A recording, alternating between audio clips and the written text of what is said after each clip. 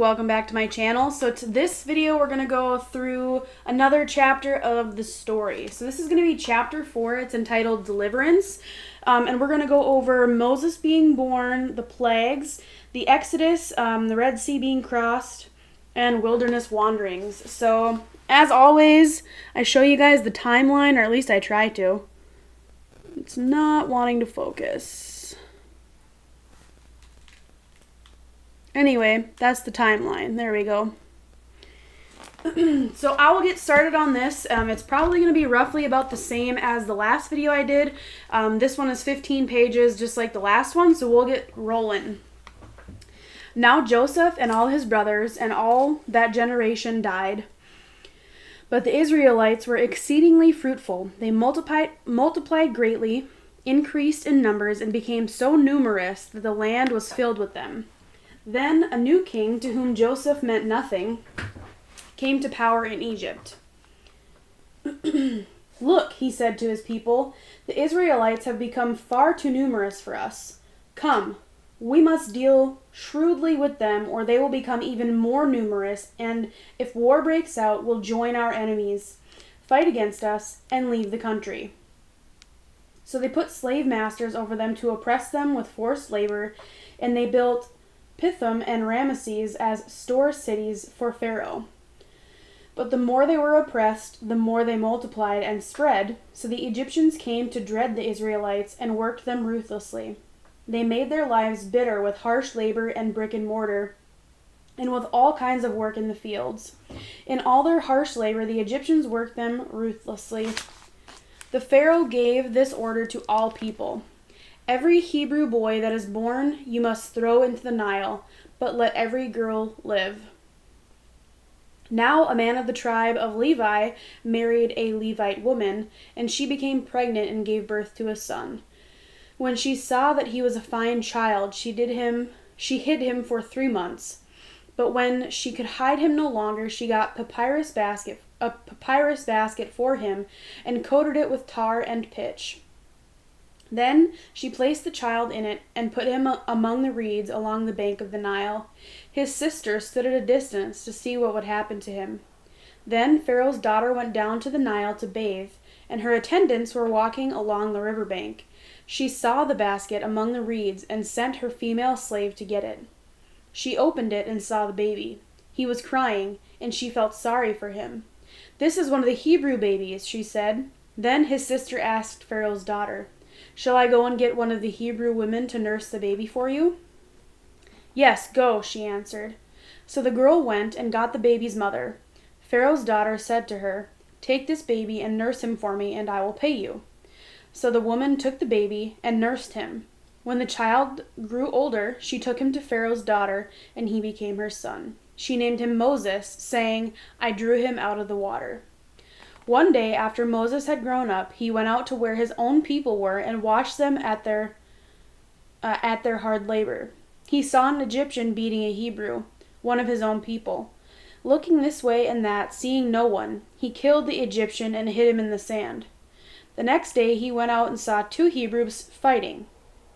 He asked the one in the wrong, "Why are you hitting your fellow Hebrew?" The man said, "Who made you ruler and judge over us? Are you thinking of killing me as you killed the Egyptian?" Then Moses was afraid and thought, "What I did must have become known."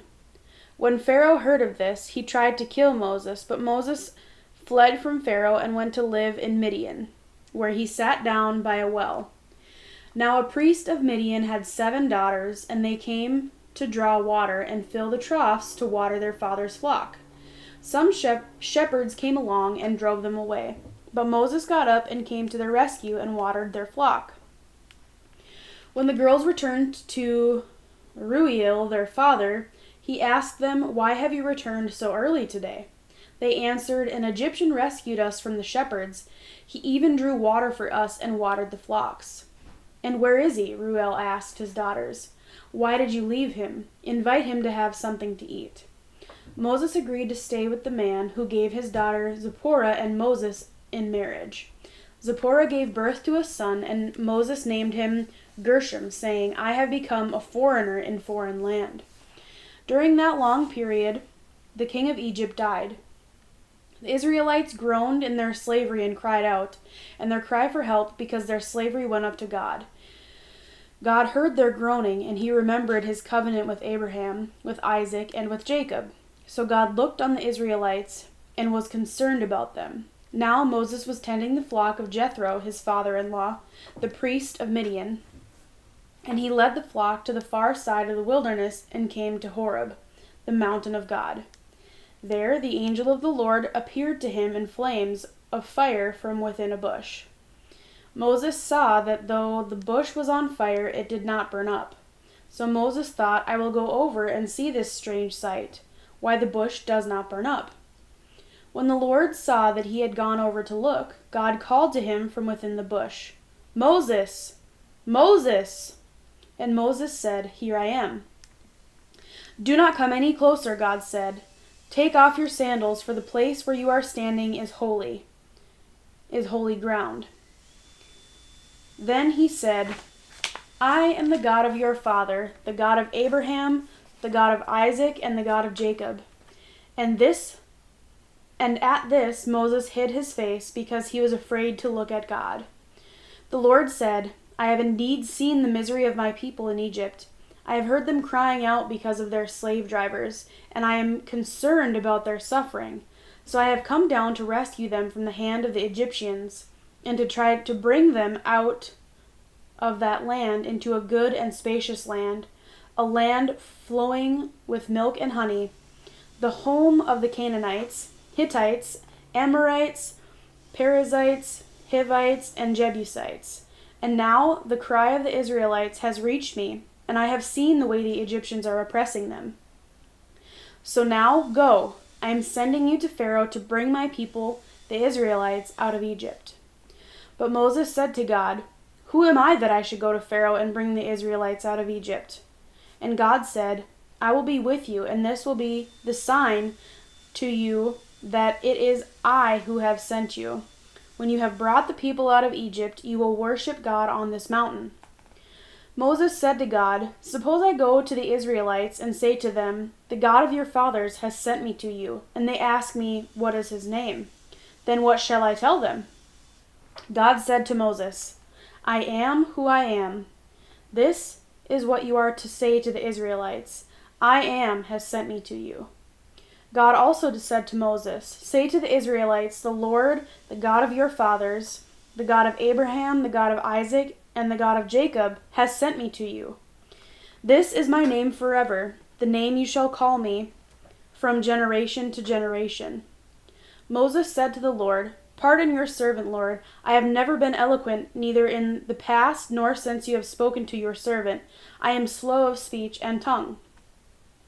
The Lord said to him, Who gave human beings their mouths? Who makes them deaf or mute? Who gives them sight or makes them blind? Is it not I, the Lord? Now go, I will help you speak and will teach you what to say. Oof, imagine that.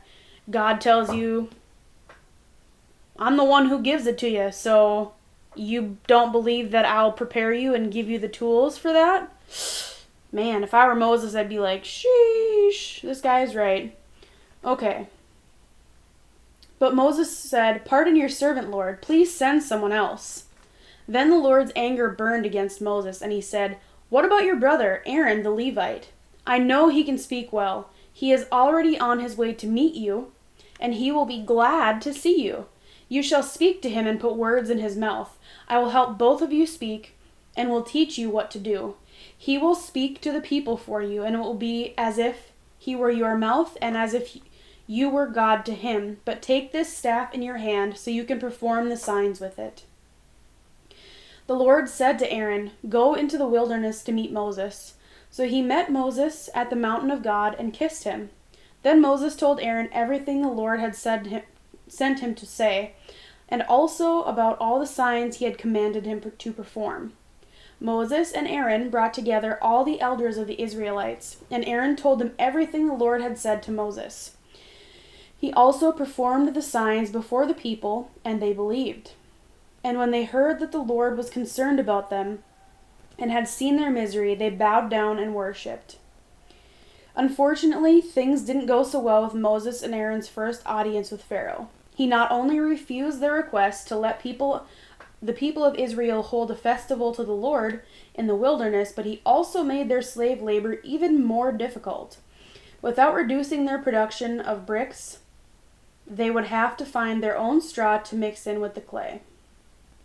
The Israelite overseers realized they were in trouble when they were told, "You are not to reduce the number of bricks required for you each day." When they left Pharaoh, they found Moses and Aaron waiting to meet them, and they said, "May the Lord look on you and judge you. You have made us obnoxious to Pharaoh, and his officials have put a sword in their hand to kill us." Moses returned to the Lord and said, "Why, Lord, have you brought trouble on this people? And is this why you sent me? Ever since I went to Pharaoh to speak in your name, he has brought trouble on this people, and you have not rescued your people at all." Then the Lord said to Moses, "Now you will see what I will do to Pharaoh. Because of my mighty hand, he will let them go. Because of my mighty hand, he will drive them out of his country." God also said to Moses, "I am the Lord. I appeared to Abraham, to Isaac, and to Jacob as God Almighty, but my name, the Lord, I did not make myself fully known to them. I also established my covenant with them to give them the land of Canaan, where they resided as foreigners. Moreover, I have heard the groaning of the Israelites, whom the Egyptians are enslaving, and I have remembered my covenant. Therefore say to the Israelites, I am the Lord, and I will bring you out from under the yoke of the Egyptians. I will free you from being slaves to them, and I will redeem you with an outstretched arm and with mighty acts of judgment. I will take you as my own people, and I will be your God. Then you will know that I am the Lord your God, who brought you out from under the yoke of the Egyptians. And I will bring you to the land I swore with uplifted hand to give to Abraham, to Isaac, and to Jacob. I will give it to you as a possession. I am the Lord."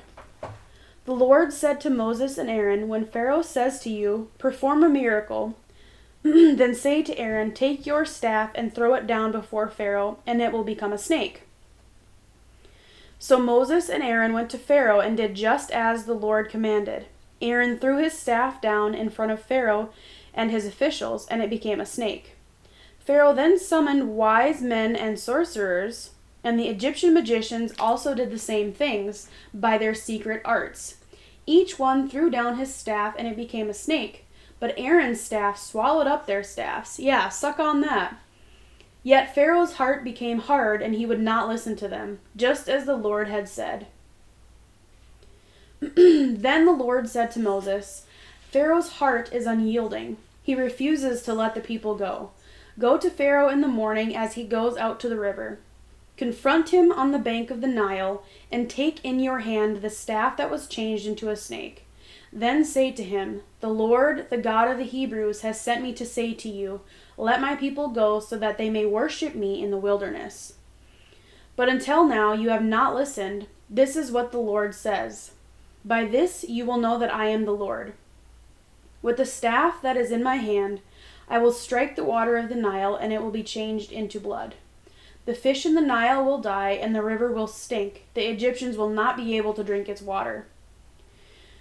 The Lord said to Moses, "Tell Aaron, take your staff and stretch out your hand over the waters of Egypt, over the streams and canals, over the ponds and all the reservoirs, and they will turn to blood. Blood will be everywhere in Egypt, even in vessels of wood and stone." Moses and Aaron did just as the Lord had commanded. He raised his staff in the presence of Pharaoh and his officials and struck the water of the Nile, and all the water was changed into blood. The fish in the Nile died, and the river smelled so bad that the Egyptians could not drink its water. Blood was everywhere in Egypt. But the Egyptian magicians did the same things by their secret arts, and Pharaoh's heart became hard. He would not listen to Moses and Aaron, just as the Lord had said. Instead, he turned and went into his palace, and did not take even this to heart. And all the Egyptians dug alone the Nile to get drinking water, because they could not drink the water of the river. The next plague included millions of frogs hopping into every kitchen, every street, and every field in Egypt. Pharaoh's court magicians again were able to conjure their own similar plague, and then even more frogs were leaping about. Unable to take one more amphibian, Pharaoh agreed to let the Hebrews go if Moses would get rid of the frogs. Moses prayed, and the frogs died. With the immediate crisis resolved, Pharaoh again stubbornly refused to make good on his part of the deal. Oh, why did okay, this is probably embarrassing, but I didn't know that he kind of was an Indian giver and was like, yeah, you can go if the frogs die, and then was like, nope, just kidding, you gotta stay. Like I said in my last video, I know the kids version of this. I watched the DreamWorks video of this again over probably 2-3 weeks ago, so that's the version I know. I never knew that Moses tried to kill somebody. Unless I'm reading that wrong. So yeah, I'm learning all kinds of things, so laugh at me if you want, but that's what I'm here for, that's what I'm doing this for, I'm learning. So Moses hit the dust with his staff, and gnats swarmed the land. Pharaoh's magicians could not replicate this plague, and they expressed respect for the Hebrews' God. Still, Pharaoh would not budge. God continued to show his power as he prepared to rescue his people.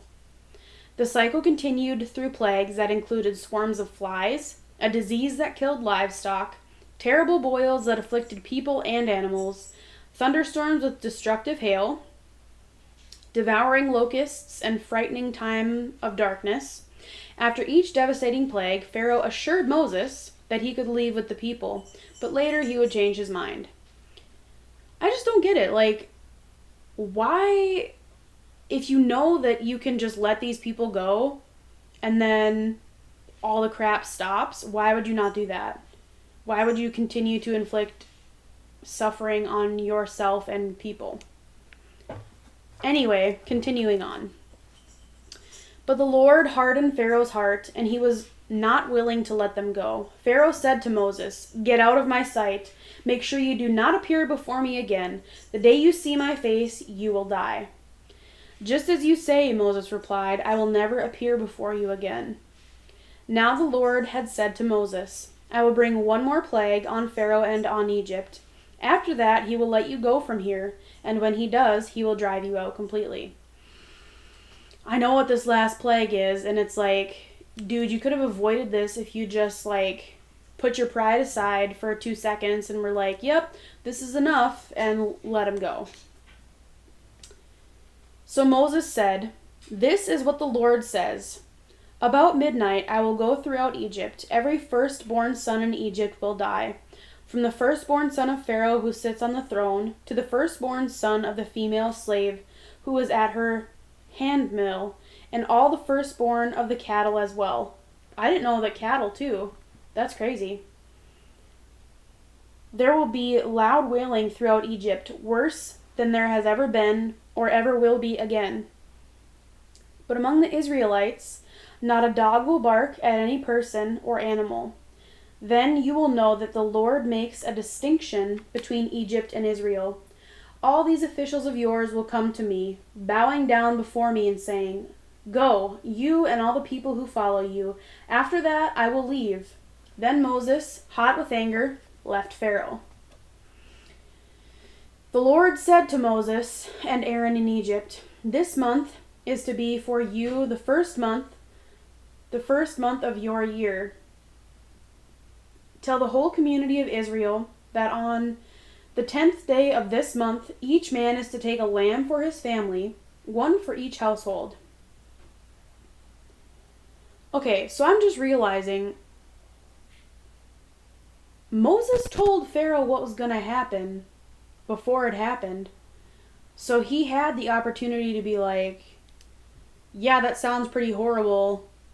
Let's just not do that. And was meh, we'll test it and see if it happens. Okay, mind-blowing. Here we go. The animals you choose must be year-old males without defect, and you may take them from the sheep or the goats. Take care of them until the 14th day of the month, when all the members of the community of Israel must slaughter them at twilight. Then they are to take some of the blood and put it on the sides and tops of the door frames of the houses where they eat the lambs. That same night they are to eat the meat roasted over the fire, along with bitter herbs and bread made without yeast. This is how you are to eat it, with your cloak tucked into your belt, your sandals on your feet, and your staff in your hand. Eat it in haste. It is the Lord's Passover. So I'll read what it defines Passover as. So it says Passover, the feast that celebrates the deliverance of the Israelites from slavery in Egypt. The Passover lamb refers to the animal sacrificed prior to the feast. This parallels the sacrifice of Jesus in the New Testament, which released humanity from the debt of sin. Okay, back to the reading. On that same night, I will pass through Egypt and strike down every firstborn of both people and animals, and I will bring judgment on all the gods of Egypt. I am the Lord. The blood will be a sign for you on the houses where you are, and when I see the blood, I will pass over you. No destructive plague will touch you when I strike Egypt. Then Moses summoned all the elders of Israel and said to them, Go at once and select the animals for your families and slaughter the Passover lamb.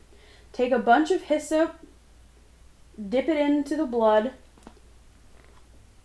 in the basin, and put some of the blood on the top and on both sides of the door frame. None of you shall go out of the door of your house until morning. When the Lord goes through the land to strike down the Egyptians, he will see the blood on the top and the sides of the door frame and will pass over that doorway, and he will not permit the destroyer to enter your house and strike you down. Obey these instructions as a lasting ordinance for you and your descendants. The Israelites did just what the Lord commanded Moses and Aaron. At midnight, the Lord struck down all the firstborn in Egypt, from the firstborn of Pharaoh, who sat on the throne, to the firstborn of the prisoner who was in the dungeon, and the firstborn of all the livestock as well. Pharaoh and all his officials and all the Egyptians got up during the night, and there was loud wailing in Egypt, for there was not a house without someone dead. During the night, Pharaoh summoned Moses and Aaron and said, Up, leave my people, you and the Israelites. Go, worship the Lord as you have requested. Take your flocks and herds as you have said, and go. And also bless me. Bless me? That's some audacity right there. The Egyptians urged the people to hurry and leave the country, for otherwise, they said, we will all die. Now the length of time the Israelite people lived in Egypt was 430 years. At the end of the 430 years, to the very day, all the Lord's divisions left Egypt. God had remembered his enslaved people and rescued them. They packed their carts with supplies and spoils freely given to them by the Egyptians and prepared for a long, dusty journey. God provided a surefire way for them to stay on course, day and night, but their deliverance from Egypt wasn't complete yet. By day the Lord went ahead of them in a pillar of cloud to guide them on their way, and by night in a pillar of fire to give them light, so that they could travel by day or night. Neither the pillar of cloud by day nor the pillar of fire by night left its place in front of the people. Then the Lord said to Moses, Tell the Israelites to turn back and encamp near Pi-hahiroth, between Migdol and the sea. They are to encamp by the sea directly opposite of Baal-Zephon. Pharaoh will think the Israelites are wandering around the land in confusion, hemmed in by the desert. And I will harden Pharaoh's heart, and he will pursue them. But I will gain glory for myself through Pharaoh and all his army, and the Egyptians will know that I am the Lord. So the Israelites did this. When the king of Egypt was told that the people had fled, Pharaoh and his officials changed their minds about them and said, What have we done? We have let the Israelites go and have lost their services. So he had his chariot made ready and took his army with him. He took 600 of the best chariots along with all the other chariots of Egypt, with officers over all of them. The Lord hardened the heart of Pharaoh, king of Egypt, so that he pursued the Israelites who were marching out boldly. The Egyptians, all Pharaoh's horses and chariots, horsemen and troops, pursued the Israelites and overtook them as they camped by the sea near Pi-hahiroth, opposite Baal-zephon. As Pharaoh approached, the Israelites looked up, and there were the Egyptians marching after them. They were terrified and cried out to the Lord. They said to Moses, "Was it because there were no graves in Egypt that you brought us to the desert to die? What have you done to us by bringing us out of Egypt? Didn't we say to you in Egypt, 'Leave us alone, let us serve the Egyptians'? It would have been better for us to serve the Egyptians than to die in the desert." Moses answered the people, "Do not be afraid, stand firm, and you will see the deliverance the Lord will bring to you today. The Egyptians you see today, you will never see again. The Lord will fight for you. You need only to be still." Then the Lord said to Moses, "Why are you crying out to me? Tell the Israelites to move on. Raise your staff and stretch out your hand over the sea to divide the water, so that the Israelites can go through the sea on dry ground.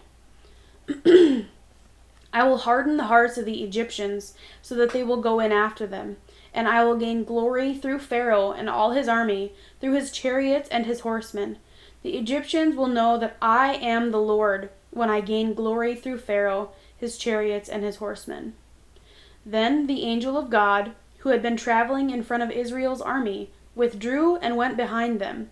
The pillar of cloud also moved from in front and stood behind them, coming between the armies of Egypt and Israel. Throughout the night, the cloud brought darkness to the one side and light to the other side, so neither went near the other all night long. Then Moses stretched out his hand over the sea, and all that night the Lord drove the sea back with a strong east wind and turned it into dry land. The waters were divided, and the Israelites went through the sea on dry ground, with a wall of water on their right and on their left. So that's also new to me. I didn't know that it took like all night for the Red Sea to part. I thought it was like a instantaneous kind of thing. So that's cool too. The Egyptians pursued them, and all Pharaoh's horses and chariots and horsemen followed them into the sea. During the last watch of the night, the Lord looked down from the pillar of fire and cloud at the Egyptian army and threw it into confusion. He jammed the wheels of their chariots so that they had difficulty driving, and the Egyptians said, "Let's get away from the Israelites. The Lord is fighting for them against Egypt." Then the Lord said to Moses, "Stretch out your hand over the sea so that the waters may flow back over the Egyptians and their chariots and horsemen." Moses stretched out his hand over the sea, and at daybreak the sea went back into its place. The Egyptians were fleeing toward it, and the Lord swept them into the sea. The water flowed back and covered the chariots and horsemen, the entire army of Pharaoh that had followed the Israelites into the sea. Not one of them survived. But the Israelites went through the sea on dry ground with a wall of water on their right and left side. This unforgettable escape impressed upon the Israelites that God was indeed taking care of them. Enemy horses and chariot drivers were thrown into the sea. The people celebrated and sang for joy. Then Moses led Israel from the Red Sea, and they went into the desert of Shur. For 3 days they traveled in the desert without finding water. When they came to Marah, they could not drink its water because it was bitter. That is why the place is called Marah. So the people grumbled against Moses, saying, "What are we to drink?" Then Moses cried out to the Lord, and the Lord showed him a piece of wood. He threw it into the water, and the water became fit to drink. There the Lord issued a ruling and instruction for them and put them to the test. He said, "If you listen carefully to the Lord your God and do what is right in his eyes, if you pay attention to his commands and keep all his decrees, I will not bring on you any of the diseases I brought on the Egyptians, for I am the Lord who heals you."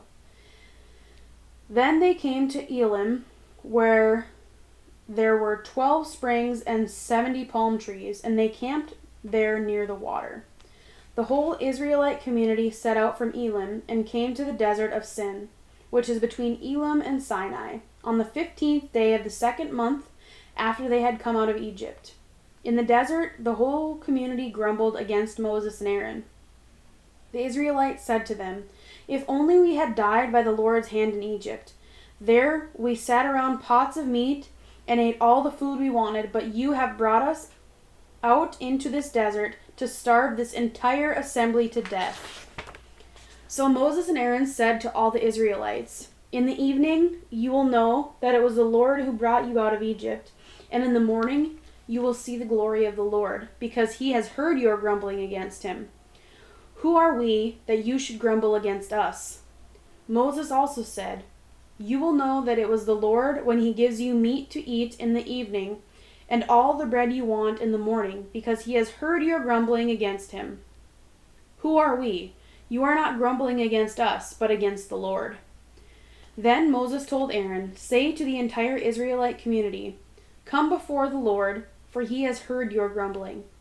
While Aaron was speaking to the whole Israelite community, they looked toward the desert, and there was the glory of the Lord appearing in the cloud.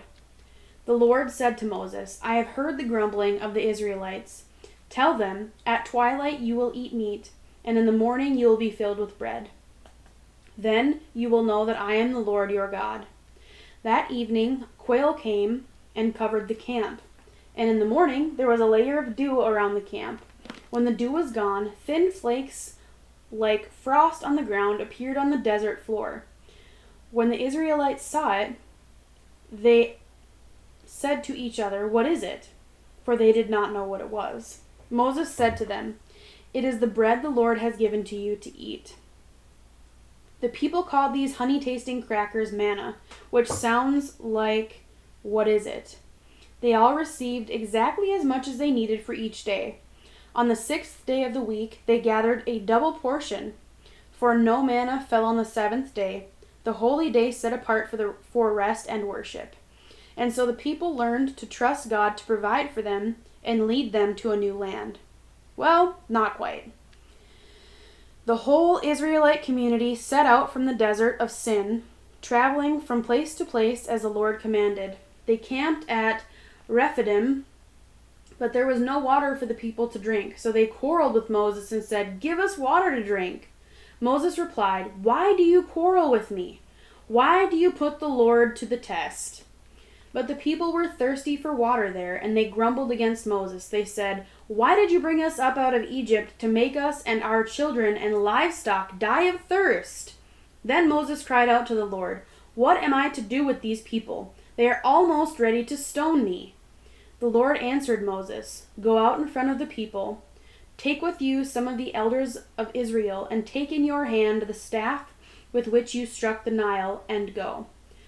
I will stand there before you by the rock at Horeb. Strike the rock, and water will come out of it for the people to drink."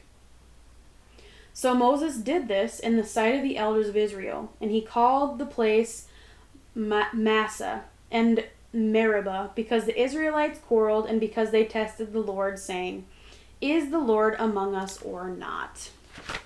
Imagine that. You whack a rock and water comes out of it? That'd be nuts. Anyway, that is all I have for chapter 4. We reached chapter 5. So chapter 5 is new commands and a new covenant. So it'll be the 10 Commandments, Moses on Mount Sinai, Aaron and the golden calf, building of the tabernacle.